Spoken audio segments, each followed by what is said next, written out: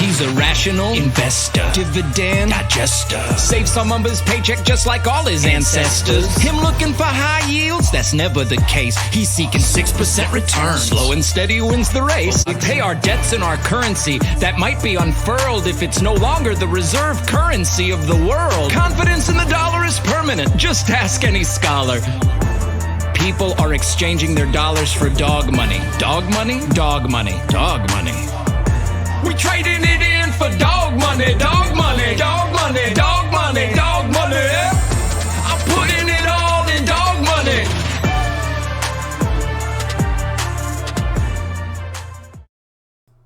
Alrighty, good morning people. It is Tuesday the 18th of May 2021. Today's going to be a special episode for Russell Brand, as here's another one that's been asked to investigate Bitcoin. So first of all, we've got Elon Musk starting his descent down the rabbit hole. Obviously, it looks like he's going into a dog kennel at the moment.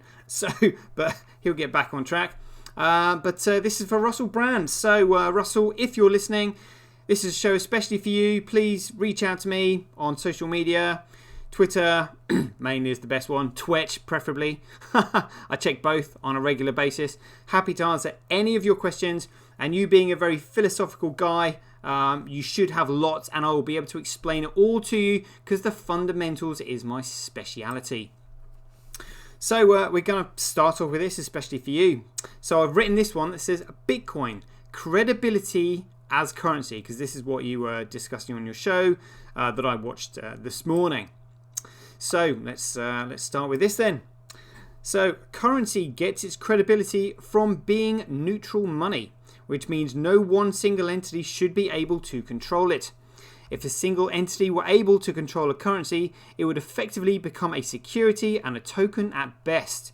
This would lead to a divided financial system where the governments of each country / economic area would refuse to accept a token as tax because it would expose their country to the monetary and economic policies of the central authority that exerted the control over it. The question has to be asked, if a currency can be created, how can its creator not have control over it? This is where the credibility of a currency is called into question. Anyone can create a cryptocurrency, so what is it that gives one currency credibility over another? The answer lies in a combination of ongoing processes and not a single point. This is why so many people are confused about the credibility of Bitcoin and what I shall attempt to explain below. Satoshi Nakamoto, a pseudonym, so a pseudonym not anonymous. And when I say pseudonym, it's because people knew who he was. The Australian Tax Office knew who Satoshi Nakamoto was because he filed his tax return with them in 2009. Other people knew who he was as well. So he was not anonymous. It was pseudonymous, as in like private, but people knew who he was. So Satoshi Nakamoto released the Bitcoin white paper on the Friday, the 31st of October 2008. Within it was all the information required to start the Bitcoin network. If he had simply started the network himself without providing a reasonable amount of time to give someone else the opportunity to start it themselves, this would have discredited the neutrality of the network. Satoshi Nakamoto started the Bitcoin network himself on the 3rd of January 2009, precisely 2 months and 4 days after releasing the Bitcoin white paper to the world. This afforded anyone else a reasonable amount of time, the opportunity to start it themselves. By starting the Bitcoin network himself under the pseudonym Satoshi Nakamoto, it meant that the network started without a central point of authority. This is because the white paper itself has 2 points of creation. 1, the author, and 2, the language it was written in that determined who was most likely to discover it first. This meant that from this point on, the network would grow without that central point of authority, which again adds towards its credibility through its neutrality. This is why it was imperative that Satoshi Nakamoto stepped away from the project for a long enough period of time, in this particular case 10 plus years, in order to allow it to grow organically. It's this neutral growth and size of the network that gives Bitcoin, which is BSV, its fundamental value over all other networks. After the neutral start of the network without the central point of authority, influence or control, the credibility comes with its size, scale, accountability and usability of the network. Size of the network is a reflection of its strength, not only in computing power, but also the strength of its users who are incentivized to maintain the network for their own personal benefit. Its size and strength is comparable to any single central source that might want to see or have the network taken down. Bitcoin benefits absolutely everyone, including corporations. The only entities Bitcoin doesn't help are those who wish to cause harm and detrimental effects to others. Criminal, unethical, morally reprehensible individuals and corporations, and who wants those? Scale is a reflection of strength because it provides fundamental value, which is the potential the network has and incentivizes further growth and utility. Accountability represents trust, and the more trust, the more people use the network. This cycle continues. To understand more about this, you can read my Medium article about accountability, linked here. We'll look at that in just a minute. Usability is utility, and utility represents value. More users simply attract more users, and therefore usability comes with a locked protocol that anyone and everyone can build on, that no one can change. A permissionless trusted network. The usability of the network is measured by its speed, cost, and scale. And to understand that, you can read my Medium article titled Bitcoin, Speed, Cost, and Scale. All of the above is only possible with an ever-increasing network that is economically supported by independent competitive groups of miners/payment processors who compete to process transactions on the network.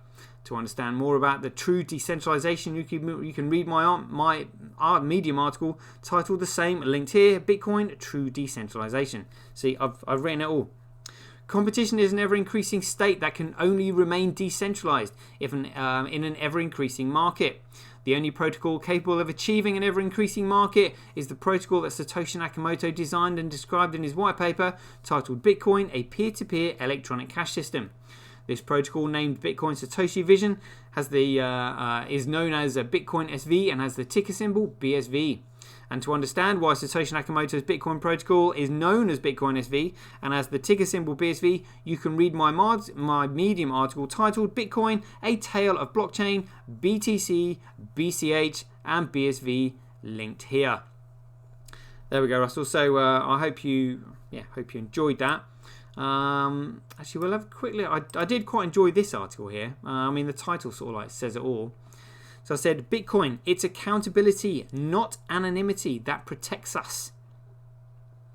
So the debate around anonymity, privacy, and accountability within cryptocurrency has been a heavily discussed topic ever since Satoshi Nakamoto released the Bitcoin white paper on the 31st October 2008. The term cryptocurrency gave many the impression that Bitcoin was perhaps meant to be an anonymous way of transacting between one another, and that identity would remain anonymous and hidden behind cryptographic security. This mindset was further enhanced by the author's decision to publish the Bitcoin white paper under a pseudonym, Satoshi Nakamoto. However, what many fail to realize is that in order for a currency to have any credibility and fundamental value, it cannot have a centralized starting point. Being digital, this leaves the creation of cryptocurrency with a paradox. How can a cryptocurrency have any credibility or fundamental value when it's the very starting point that means it shouldn't have one? This is the paradox that Satoshi Nakamoto solved by releasing the white paper in the English language to the Western world and yet giving himself a Japanese pseudonym. The pseudonym was fundamental to the decentralization of the starting point of Bitcoin. This has allowed the network to grow for a period of 10 years without any central point of authority or control, and it's this that gives Bitcoin its fundamental value over all other currencies and networks. Blah, blah, blah, blah, blah. So again, I mean, I've written loads on this, Russell, so just give me a shout. But in order for the reason accountability is really important is to make sure that no one single entity can control a currency. So as soon as it does become controlled, it basically crashes its fundamental value to zero. So what I'm going to do here is I'm just going to play a little clip for you, which is Samson Mao, who is the Chief Strategy Officer over at Blockstream, explaining that Blockstream now control BTC, and they did this through a technical implementation called SegWit, which you can read about on Wikipedia. I'll just bring it up here. It was implemented on the 24th of August 2017. Here we go. SegWit Wiki. There we go. Look. SegWit Wikipedia. There we go. Look, it's all here. You can see it for yourself. And take the floor, Samson. Now, just explain to Russell, what this did. So, I know you're being a bit of a philosophical person, Russell. I've expanded this sort of quite simply. So, Segwit, technically, it was a soft fork. Fundamentally, it was a hard fork. Politically, it was a coup d'etat. That's the best way to describe it. So, have a listen to this. Bitcoin was created by the central bankers that enslave you today. It is their scapegoat. How do you answer those, Max and Stacey? I think the evidence is clear that they do not control it. There's 10 years, almost 11 years now of track record. Yeah, Blockstream controls it. I'm sorry, go ahead. Who does? Blockstream. Oh, all right. I was looking at you when I said that. Yeah, I'm a block. I have a spy. I'm one of the spies. No, so this, it's an interesting. Now that there's. It certainly is interesting now that there's a. Right, so Russell, if you found that quite sort of insightful, just have a listen to a clip now from Adam Back, who is the CEO of Blockstream, describing Bitcoin. So have a listen to this. Hi Adam, I got a question from a live viewer.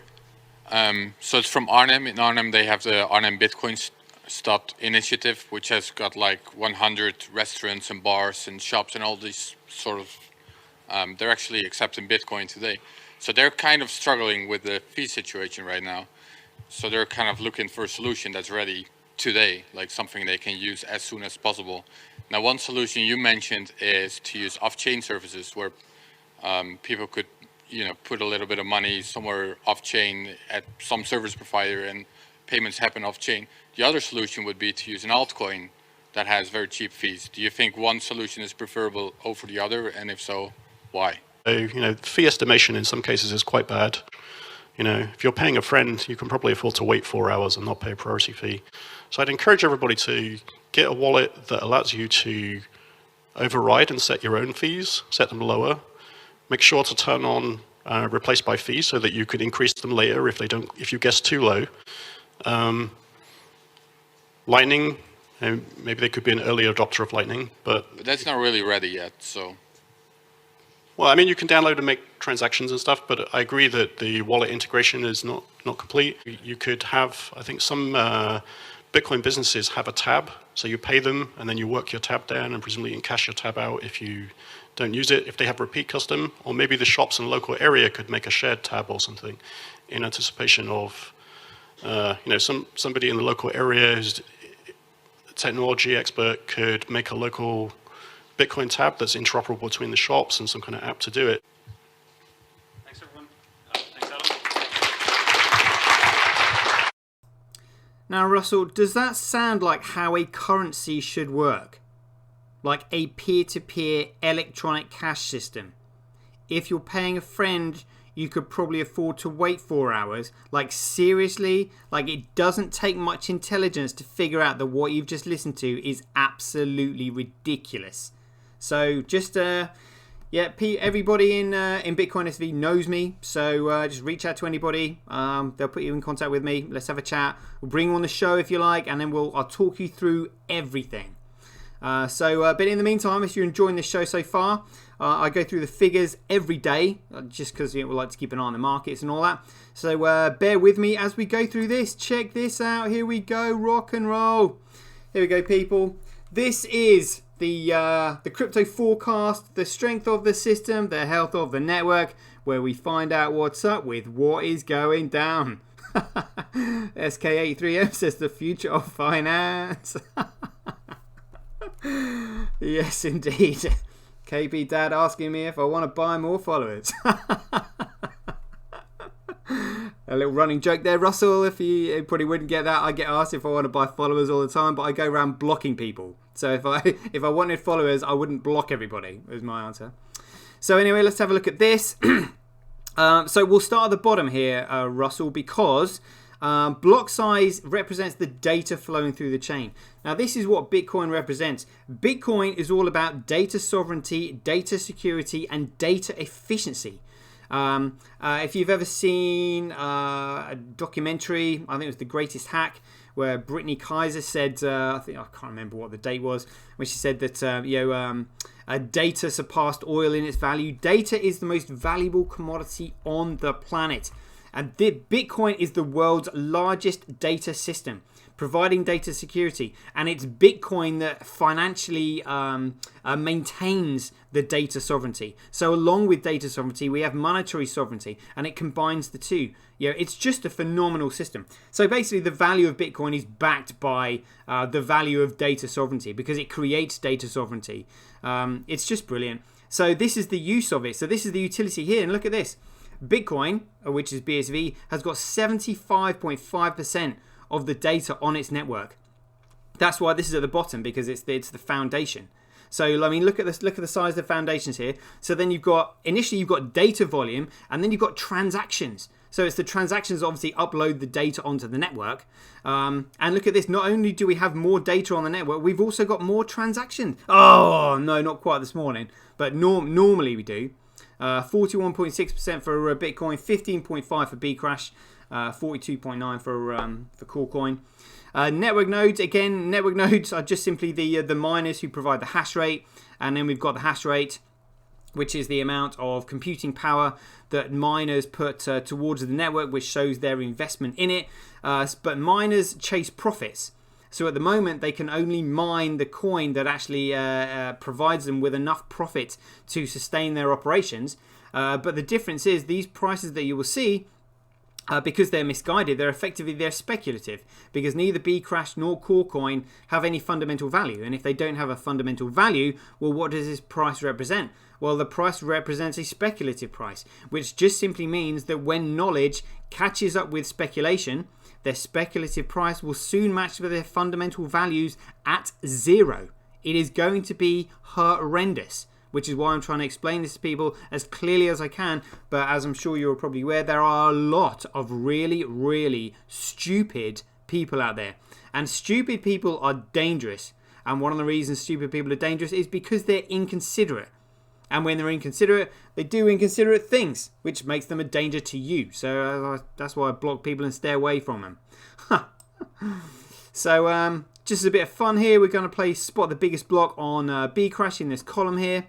But before we do that, we're just going to have a quick listen to Roger Ver calling it Bcrash himself. Oh, in fact, while we're on it and I'm explaining this to you, we'll just have a listen to Roger Ver, who basically created Bitcoin Cash, going on about how he wants Bitcoin to be anonymous and non-regulatory compliant, which means there is no legal recourse in business, which is absolutely insane. So have a listen to this. I have a question here from Satoshi, defender of Bitcoin. He said, if a cryptocurrency is anonymous, like BCH, I don't think BCH is anonymous, but maybe there is something. Check out cashfusion.com and you combine that with reusable payment codes, and you get Bitcoin Cash in the same sort of ballpark of privacy as Monero. It's really awesome. So you can check out Cashfusion. And I always get it wrong. I think it's .com, but it might be .org. So you can check both. Cashfusion.com. Okay, awesome. So BCH, maybe using Cash Fusion and XMR, if they're anonymous, how can a business get legal recourse against a supplier if the supplier defaults and no proof on the transaction exists because anon? Yeah, if you want your cryptocurrency to be perfectly legal for everything all the time, just go use your Visa card. Just go use your PayPal, right? What do you need a cryptocurrency for? You can do all of it with a centralized, fully legal and fully compliant payment platform, right? So go use PayPal. I think you've missed the entire point. The entire point of cryptocurrencies is that by technological design, they are beyond the reach of the law. They're above the law. That's why, imagine if Bitcoin could have been shut down by governments, they probably would have shut it down from right out of the gate. And it's the fact that Bitcoin can't be shut down. We should ask the BSVers this: if they pass a law saying BSV needs to shut down their blockchain, are they going to obey and shut down their BSV blockchain? I hope the answer would be no. Which is just a lot of the stuff I see from some of these BSVers are silly. But then there's other BSV fans that, I'm very, very sympathetic to their way of thinking. But the ones that say that the blockchains all need to be legally compliant about everything all the time, just go use your Visa card. There we go. Russell, you heard it here. How many people have lasted that think they're doing something that is above the law? Literally, it's absolutely insane. And if you wonder why I call it B Crash, it's because Roger Ver calls it B Crash himself. Have a listen. And we're going to really spread Bitcoin Crash across the entire country here in Antigua. There we go. He said it. Oh, look at this. Do they have any megabyte blocks this morning? I hope not. Oh, look at that. An entire column with not a single block over 1 megabyte. Absolutely ridiculous. There is nothing on that chain whatsoever. It's an absolute piece of crap. But now we're going to have a look at Corecoin. But before we do that, we'll just get our regular guest on the show, which is Michael Saylor, because he's always so enthusiastic. I love listening to him, and he's becoming quite popular in the space. So, Michael, welcome to the show. I'm just talking to Russell here, and I was telling him how Blockstream have altered Bitcoin by implementing SegWit and child pays for parent and replaced by fee and developing the Lightning Network and doing all these things which centralize its control and tamper with it, and change it and centralize it and make it so that people can't use it. I know that you've read the white paper. So tell us your initial thoughts after you immediately after you read the white paper. I like Bitcoin the way it is. Oh, do you? Great stuff. Well, yeah, we like it too, Michael. If you want to get competitive, how are you going to beat that? In fact, I love Bitcoin the way it is. Well, big words there, Michael. You're going to have to explain why. The way it's currently constructed, it is possible to put all $250 trillion of monetary energy. Whoa, $250 trillion of monetary energy. Very impressive. But I mean, where's the energy going to go? In big blocks of encrypted energy on the blockchain. Wow, big. I mean, they are going to have to be big blocks, Michael. What sort of sizes? What sort of numbers are we talking about? Maybe the Bitcoin will be $1 million. You can probably calculate $10 million of Bitcoin or something. $10 million of Bitcoin or something. Wow. I mean, where's it going to fit and where's it going to go? Big blocks, $100 million chunks on the blockchain. Oh, I love those conversations. Right then, in honor of Michael, we're going to try and find these big blocks. I can see 1.7. They'll be lucky. And that's it. And in the meantime, let's have a look at Bitcoin. Oh, look at this. An 11 megabyte block in the first row. Would you believe it? 1110, and then we've got again. So, Russell, if you're wondering what this is all about. So, there is a huge competition for Bitcoin at the moment. Companies are artificially suppressing the price. They're adding hash rate to the network, but not putting any computing power in it. So they're basically trying to steal small blocks. So another entity has come along and decided that they're going to change their algorithm so that this nefarious mining entity cannot just simply dump it. So they're getting even smaller blocks, which is what we're seeing here. So this is hilarious. So they've still won the same number of Bitcoin in this block, but the block has only got 2.32 kilobytes worth of data in it. So really not a lot of energy went into creating that block at all. So basically it's money for nothing almost, pretty much, which is why it's quite funny. We got Tau, Hathor, 20 for another 24 megabyte block, 9, 22, 10, 4, 13, 39, 11, 6, 20, 42, 88, almost triple digits there. Fantastic. No VIA BTC on there this morning. Good. Glad to see that. I tell you what, let's just see how far the chain has grown. Look at this. Loving this now. Oh, we have made it. We are more than a gigabyte in front of Corecoin. Look at this. So, Russell, this represents the value or the amount of data on chain. So again, this represents a data value, not monetary value, not price value, but the value of the amount of data. As in, somebody has bothered, made the effort to put all of this data on chain, and now there's so much data on it that it's got more data than any of the other shitcoins. You know, and this is only going to continue. This is brilliant. Love what I'm seeing there. So this is the hash rate by network. Again, so hash rate follows price, because miners follow price because they're chasing profits. They follow price. Price follows value. Value follows utility. And, and utility follows creativity, initiative, and intelligence. If you are intelligent and you apply creativity and initiative, you can make something useful. When something is useful, it can then create value. When it creates value, it can then develop a price. When it develops a price, it can then be measured against the cost of other goods and services and used as a medium of exchange. That's what Bitcoin is all about. So I hope you enjoyed that little explanation there. Proof of work by network. Again, CoolCoin Bcrash would have simply collapsed overnight, like literally into their own footprint, like the Twin Towers did. Bcrash Bitcoin hash rate. Bcrash Bitcoin proof of work. Yeah, it doesn't really mean anything. A look at this. So it is 39,938 times more expensive to transact on Bitcoin than CoolCoin, and we're just going to compare that to Bcrash here. So what we'll do 39,938. Oh, hold on. 39,938 divided by 1,907. So it is 20 times cheaper to transact on Bitcoin than Bcrash, because again, just complete shitcoin networks. So daily average Bitcoin block size by network, Bitcoin absolutely smashing it. Transactions by network, Bitcoin winning, we'll take that. Transactions per block, oh, close one, but yeah, we're normally winning. Fees, this is fees in the block to do with volume of transactions, but obviously because the fees on Bitcoin are so low, we're relying on the volume of data to increase the fees. They'll come with time. Again, Satoshi, same thing as fees. Block reward ratio, again, you can got percentages here on the left hand side, so we're just going to monitor this over time because it's a block reward ratio in ratio to the fee. This is what we just looked at, daily accumulated Bitcoin blockchain growth. So this is CoolCoin here in the yellow, and this is what happened to the chains on the network. And just to sort of try and maybe explain this to you, we've got CoolCoin, known as BTC in the yellow here, and then this was the first chain split.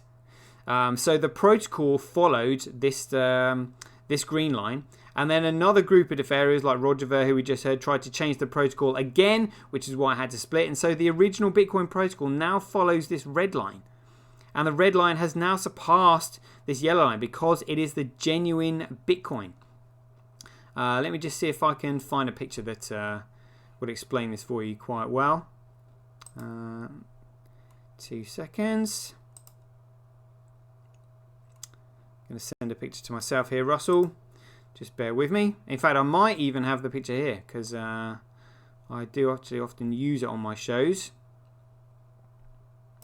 Oh, look at all these positive things. There we go. That's the one I was after. Here we go. So this was the Genesis block, and this is the protocol.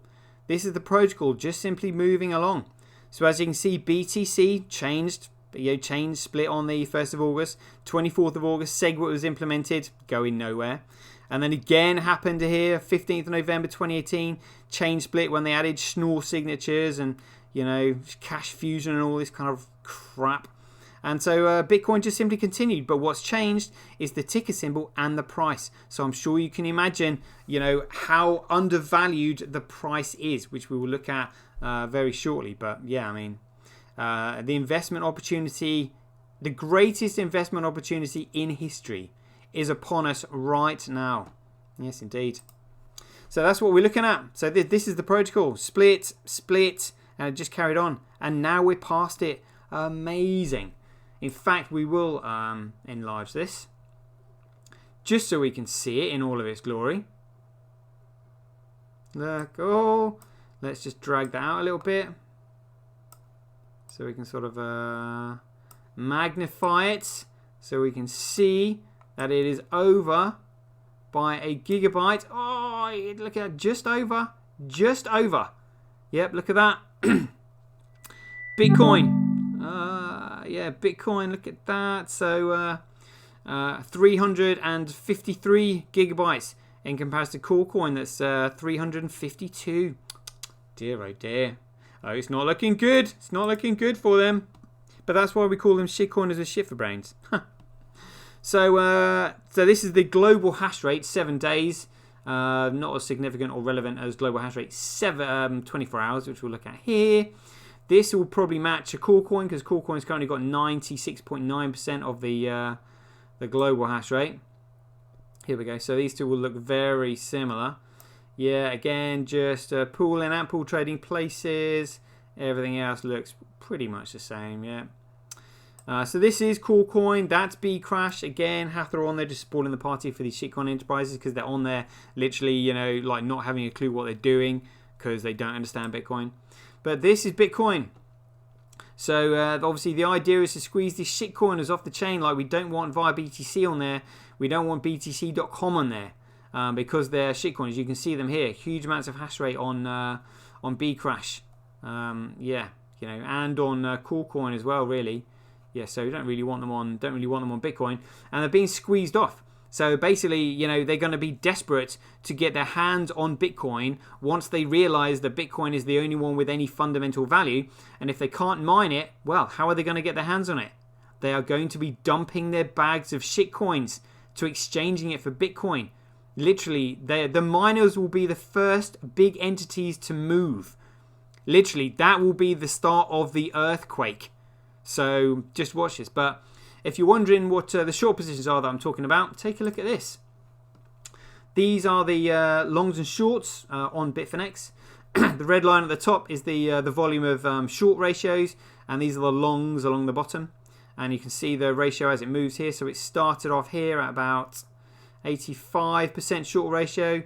Where are we now? 91%. It just goes to show you how misguided and uneducated and ignorant all of these people are to be shorting the genuine Bitcoin, which has now just simply got the ticker symbol BSV because they just don't understand ticker symbol wars. It's crazy.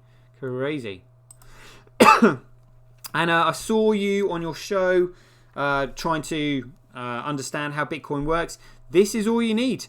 This is literally all you need. So to give an example of what this represents, so it may not look all that much to you here, but this is what's behind this. You just simply type in Bitcoin mining farms on a search engine and then search under images, and you'll see what's responsible for this. I mean, look at all these operations. You know, there is billions gone into this. Billions. It is the world's largest computer network. It is literally, it's commoditized monetary and data sovereignty. Bitcoin is the bridge to the blockchain. And that's what all these miners are doing. They're bridging data onto the blockchain to provide it with data. Well, yeah, producing data sovereignty really on the network. It's massive. So the reason I want to show you that is because that's represented here. These vertical rectangular blocks that you're seeing at the top are the transactions being recognized by the nodes on the network. The nodes on the network are the miners. So they recognize the transaction the moment they recognize the transaction, which is immediately, because Bitcoin is an ultra small world network. I'll just show you what that looks like here. So Mandala Network. This is it. See this, Russell? So this is an ultra small world network. It's not a mesh network. It's a Mandala network. So basically, it's the most efficient network on the planet. So you're never really more than 6 hops away from the information that you need. It's just super efficient. So once the transactions are recognized by the nodes, and on this chart here, you can see the transaction generated listed below that. And then you've got the transaction ID, the input, the output, the total output, the type, and the return. But then the transactions are thrown into the memory pool. Now, when they're in the memory pool, this is where they are stored for a short amount of time while miners and payment processors compete with each other to create a block, put the transaction within a block, and then place the block on the blockchain, which is down here, which is when they are rewarded with the coin-based data, otherwise known as the block reward, otherwise known as freshly minted Bitcoin. It's all here. This is the chain. These are the block heights moving along here. You can see the next block being created there. And then below that, in the highlighted rectangular blocks, we have the hash number of each block, the block height, who it was mined by, the size, the time, the date, the transaction count, and the total fees in the block. So if we go over this block, there was 88 megabytes. You can see the total fees in the block were $156. So as more and more transactions come on over time, the fees in the block will increase. And eventually it's those fees in the block which will economically sustain the miners when the block reward is no longer created, which is approximately about in the year 2140. So then we have a self-sustaining network. It's beautiful. It's beautiful, literally. So for my regular listeners, just going to have a look at the charts here to see if there's any movers and shakers. Yeah, okay, you know, we'll report as soon as there's moves on that. Let's just close these. There we go. Russell, this is BitInfo charts. Kind of interesting, really. They've got different metrics here. This is the entire shit show here. All these shit coins. So there's only 10 coins listed here, and these are the only ones worth investigating because, as you can see, they're the only ones with any transactions, really. So, yeah, if you wanna know what XRP is, yeah, let's have a listen to. Let's have a listen to David Schwartz explaining what XRP is and what it's not, kind of same but different and all that. Just give me 2 seconds, just bring it up. I'll have this ready for somebody next time whenever we're doing a special show for celebrities trying to investigate Bitcoin. Here we go. Take the floor, David Schwartz. Pleasure to have you, David. All right, so I was hoping you could comment perhaps briefly on this piece of news out this morning. Is Ripple hoping to find evidence that XRP is similar to Bitcoin and Ether and should not be considered a security? Yeah, I think the primary argument that we're trying to make here is that the market considers them similar. We considered them similar. All of the evidence suggested that they were similar, and then the SEC just, comes out of nowhere and say, nope, they're completely different. Ripple is a company. We're based in San Francisco. We have employees. We have shareholders. We have a CEO. I work for that company. I'm the chief technology officer. And it's a company like any other company. It's centralized. What the CEO says goes. There's a board of directors. It just works like any other company. The XRP is a digital asset. It's censorship resistant. It's publicly traded. It trades on the XRP ledger. Ripple does not own or control the XRP ledger in any way. So how did Ripple then get all the XRP that it has? It has about half the supply. So just how did that particular transaction happen? The XRP ledger has a very different design from what Bitcoin and Ethereum have, and many other digital assets. Like in Bitcoin, the stakeholders are at least to some extent the miners, and the miners reap the rewards of the transaction fees. The XRP ledger doesn't work that way. It is not competitive. Nobody's competing to reap fees. Because it's not a competitive system, it doesn't have any way to sort of award fees to a particular party. Because although if it had a way to award fees to particular parties, people would compete for those fees, and it would become competitive. So the way it's design works is when the ledger first began operation, the 100 billion XRP, all that will ever exist, were sort of up for grabs.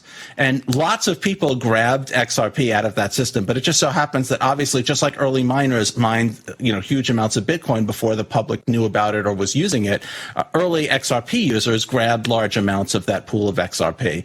And so the people who developed the ledger wound up with, the vast majority of it, and then have been distributing it since then. Right, so the developers who developed the network had access to it before anybody else, and they grabbed it before everybody else. Absolutely insane. You really don't have to be a rocket scientist to figure out that sounded absolutely ridiculous. So we're just going to have a look at BitInfo charts here, transactions, just because you can see Bitcoin in all of its glory here. I love this chart. Look at this. This is Bitcoin since the 15th of November 2018, when it finally got escaped from the clutches of these nefarious entities who didn't want it to work, wanted to slow it down, wanted to make it regulatory, uncompliant. Now it can blossom. Just watch and learn. It's beautiful, beautiful. Scaling test network.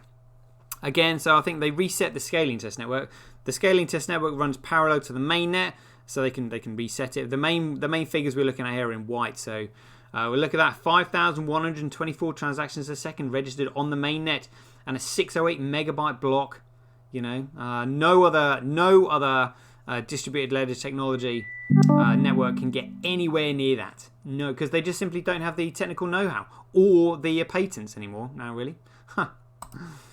Trends.cash. Whoa, apps ranking by money spent. TDXP app. So, Russell, if you're watching this, TDXP app is a derivatives exchange, which is really good because if you do feel the urge to trade, you're not actually dumping the asset because they use Bitcoin, BSV, as the base asset. So I don't mind dirty traders becoming unsullied on TDXP app because it doesn't devalue my investment, as in like it doesn't bring it down because people aren't pumping and dumping it.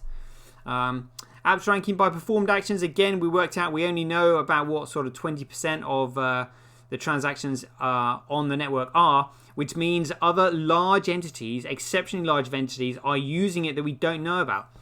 We only found out about one of them, which was Worldline, a $3.4 billion point-of-sale payments network based in France, who are now on their second phase of trialing the network using BSV. So, yeah, the entire world is going to run on it, Russell, if you watch him. Crypto Quant, again, this is another one if you're a newbie like yourself, wondering what you're looking at here. So this is BTC. This is what, you know, the alternative protocol that people still think is Bitcoin when it's not. And because it's not Bitcoin, you can see that the exchanges, who are the big players in the space, the liquidity providers, once they found this out, they have been dumping their bags. Literally dumping. And this has caused a liquidity squeeze. And along with the liquidity squeeze has become a rise in the price, which has attracted more attention. And more people have bought in. But look, those people who are in the know have been cashing out. And those ignorant people who don't know are cashing in. But they don't understand what's coming.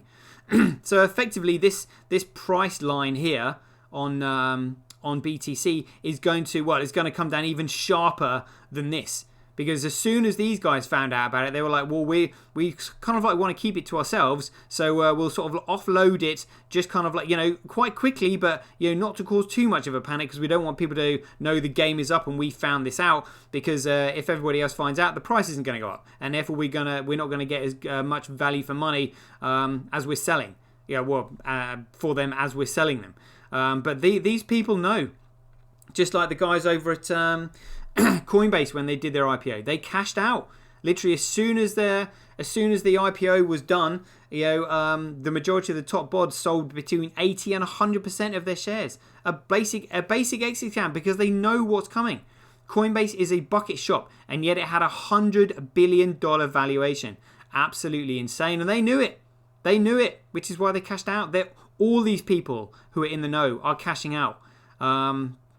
Yeah, so Russell, if you can tell people, it'll be, you know, greatly appreciated. You might be able to save a few people who are innocent people, intelligent people who understand what you're saying, you know. But yeah, most people don't even look at these types because they spend all day looking at a number going up, you know, like they're hypnotized by it. This is what's on chain. So again, it just shows you the blocks coming through, being created. Just proves that Bitcoin does have utility. It's not a Ponzi scheme like these other alternative protocols that we've been talking about. The memory pool usage is currently 16 megabytes, and the next estimated block size is 11.04 megabytes. And I'll show you the memory pool now. This is what a memory pool is meant to look like. Data comes in, then it gets cleared. Data comes in, then it gets cleared. Lots of data comes in, then it gets cleared. No problems, no sweat. Clears it all easily. What a memory pool is not meant to look like is an actual swimming pool. Like this. See the difference?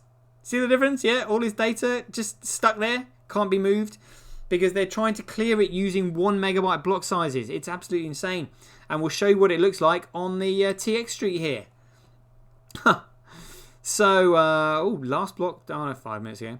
So we've got a memory pool size here of 54 megabytes, which they're trying to clear using 1 megabyte block sizes produced approximately every 10 minutes, which is insane.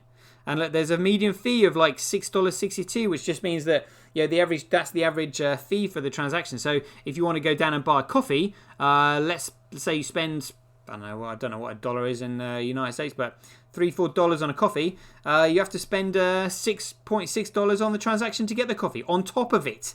It's absolutely ridiculous. Yeah, I mean, look at this. And there's actually a low fee line down here that you can't see. But it's the same on Ethereum. Look, I mean, they've got the median transfer fee, $3.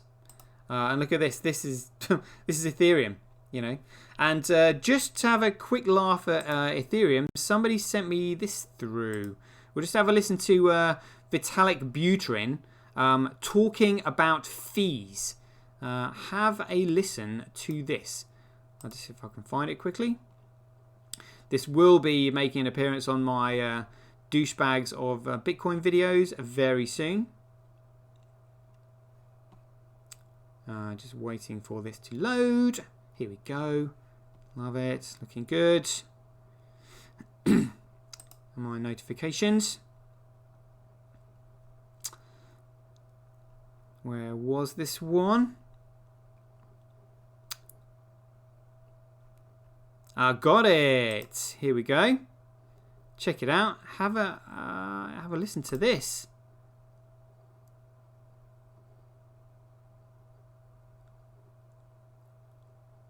Or maybe this isn't the one I was thinking of. Thought it was another YouTube. Oh, it is this one. Have a listen. Check it out. Take the floor, Vitalik Buterin. Right now, a Bitcoin transaction costs 5 cents, which is fine right now because PayPal's fees are even stupider. But, you know, the Internet of Money should not cost 5 cents a transaction. It's kind of absurd. Right now, a Bitcoin transaction costs...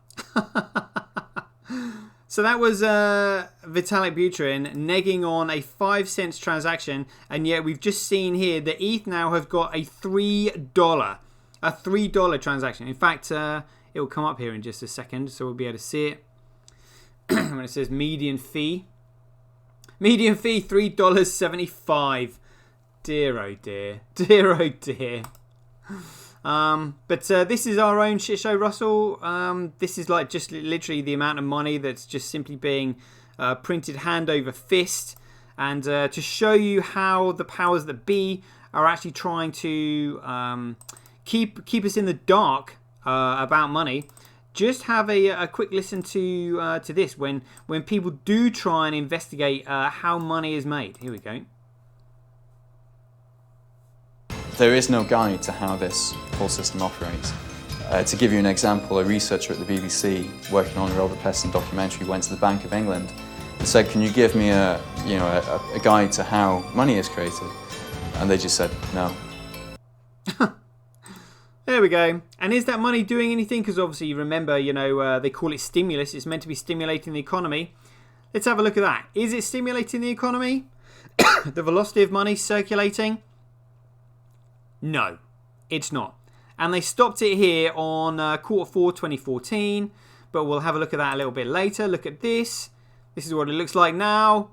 Dolt, straight down, not doing anything. Oh dear. So knowing that Bitcoin is the only thing that can save us, how are we feeling about it today, CoinGecko? 66%? 66? That should be at least 80, 90. It was 70 the other day. 66. Come on, people. We need to upvote Bitcoin, just so that these shitcoiners don't start misguiding all these other innocent people getting into the market. BitPing, we've got 50 countries now. The money flow per hour has gone down considerably. That was like $1.40 the other day. Must be people getting nervous, about the drop in the price because of McMusk Gate. But yeah, I mean, look at these nodes. Beautiful, beautiful. You ain't seen nothing yet. Whole world is going to be popping up with nodes running on it very soon. The morning run. Oh dear, a $9,000 trading volume this morning. Dear, oh dear. Move fast and break stuff does not mean breaking the law. Oh my god, you know what? I mean, this is so ridiculous. Well, they're listing all these shitcoins. Look at this. Taco. Oh my god. Somebody's probably going to do this. You know what? In order to make stupid people buy it and the price go up, they should call it Taco Swap. Yeah. Taco Swap coin. Oh, I better buy that. Like, oh my god, please don't. It's just a joke. But let's have a look at Bitcoin here. Ooh. Bids and asks right down this morning. That's normally around sort of $4 to $6 million. Now we're at 2. Oh, confidence in the market going down because of McMuskgate and all the shenanigans that's been happening. Never mind. Let's have a look at Shifonex. 7 days. Oh yeah, down we go, like a roller coaster. Interesting. All right. Now let's have a look at TDXP. So this is the BSV BTC chart. So you can see that Bitcoin, which is BSV, is now actually outperforming BTC. Look at that. I've got a little cheeky bet on there. Loving that. Very good. Let's have a look at the actual shit show. This is coin crap. Oh, so the interesting figures here are 3 months. So we'll just have a look at that. Oh, down on 3 months. Now let's have a look at Bitcoin. See where we are. Right down here. How's this looking on 3 months? Hey, nice little lovely trend line there. Looking good for Bitcoin. Looking good for Bitcoin. Let's have a look at my figure. Oh, approaching 500 subscribers. Lovely jubbly. Yesterday's video, ranking 3rd. Look at that. 1 for Elon. Top video there. Spent a bit of time on it, just like I'm doing for you now, Russell. So we'll just have a look at my douchebags of Bitcoin series to see how all these guys are getting on. Playlists. Play all. We'll mute that. There we go. So we'll find the Adam Back one that I played earlier. Here we go. How many views has this got? 242. Dan Held is in the front, I think. So you got now 248. Oh, just 6 in it. Now let's see how this extremely popular video is doing. Well, these two douchebags. Crypto Panther. 224, catching up. Catching up, bro. Funny. Love it. Love it. Streamality. There you go, Russell. If you want to follow me on there, I'd always appreciate more followers. 261. Now we're going to have a look at Twitch. This is Twitch, by the way. Hey, made it over. 401 followers on Twitch. Thank you very much. But we're just going to have a look at Acorn Stacks here to find out how many new users there were over a 24-hour period. 158. Heading in the right direction. Loving that. Loving that. Now let's look at our girl Ruth Easman. Find out how she's doing with her fantabulous tweet that Twitter won't ever let get over 960 likes. What are we on this morning? Oh, look at that, 959. There we go. Every day. Dear oh dear. Satoshi 776. 77 spot 9. Loving that. Number going up. Very good. Very good. Well, let's have a look at shenanigans going on over 24-hour periods. You know, core coin being moved. Other stuff going on. Stable coins being printed out of nowhere. It's 2 hours. What was that one? 4 hours. 8 hours. 10 hours. 11. 12.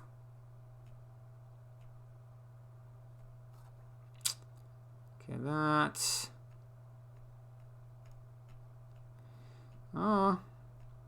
Bits of ether being moved. That's 16 hours.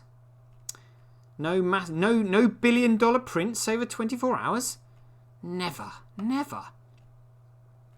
Oh, are we gonna? Oh dear, what's this? Oh, you're kidding me. Tether printed another $1 billion.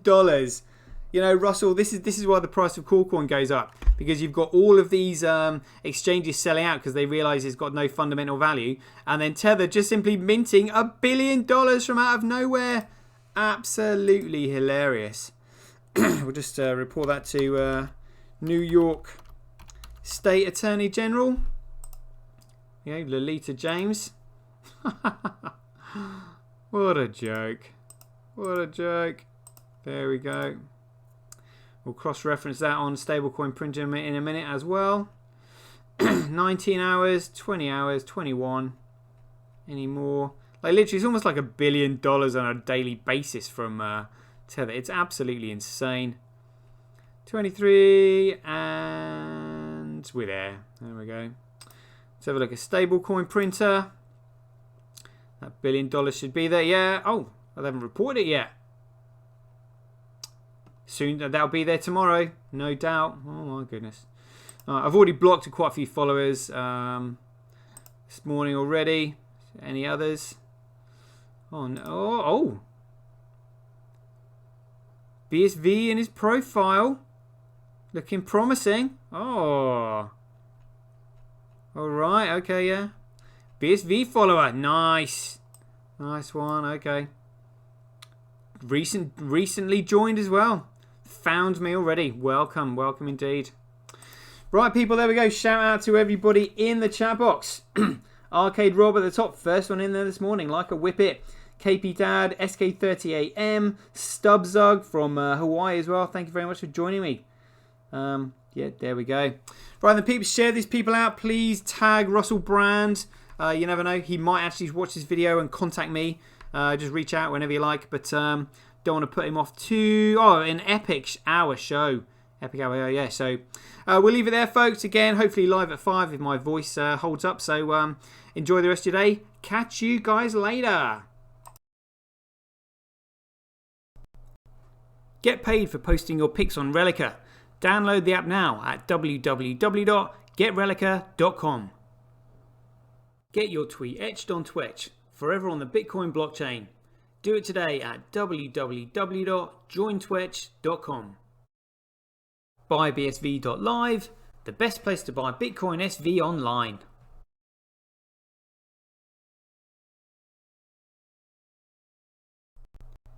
Support independent content creators on micropayment platforms such as Streamanity, Twitch and Relica.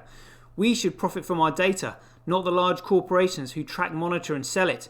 If you enjoy the Bitcoin content that I produce, please support me by heading over to www.satoshi.tv, where you can keep up to date with all the latest news, gossip and content as it's created. Thanks very much. To get started in Bitcoin, go to freebsv.com, where you can claim your free Bitcoin. Then head over to Twitter and follow @IamSatoshi, where you can take part in his very generous and world famous free giveaways. The future of advertising meets the power of Bitcoin at Tonic Pow. Get paid for posting advertising campaigns to your social media profiles. Go to www.tonicpowads.com.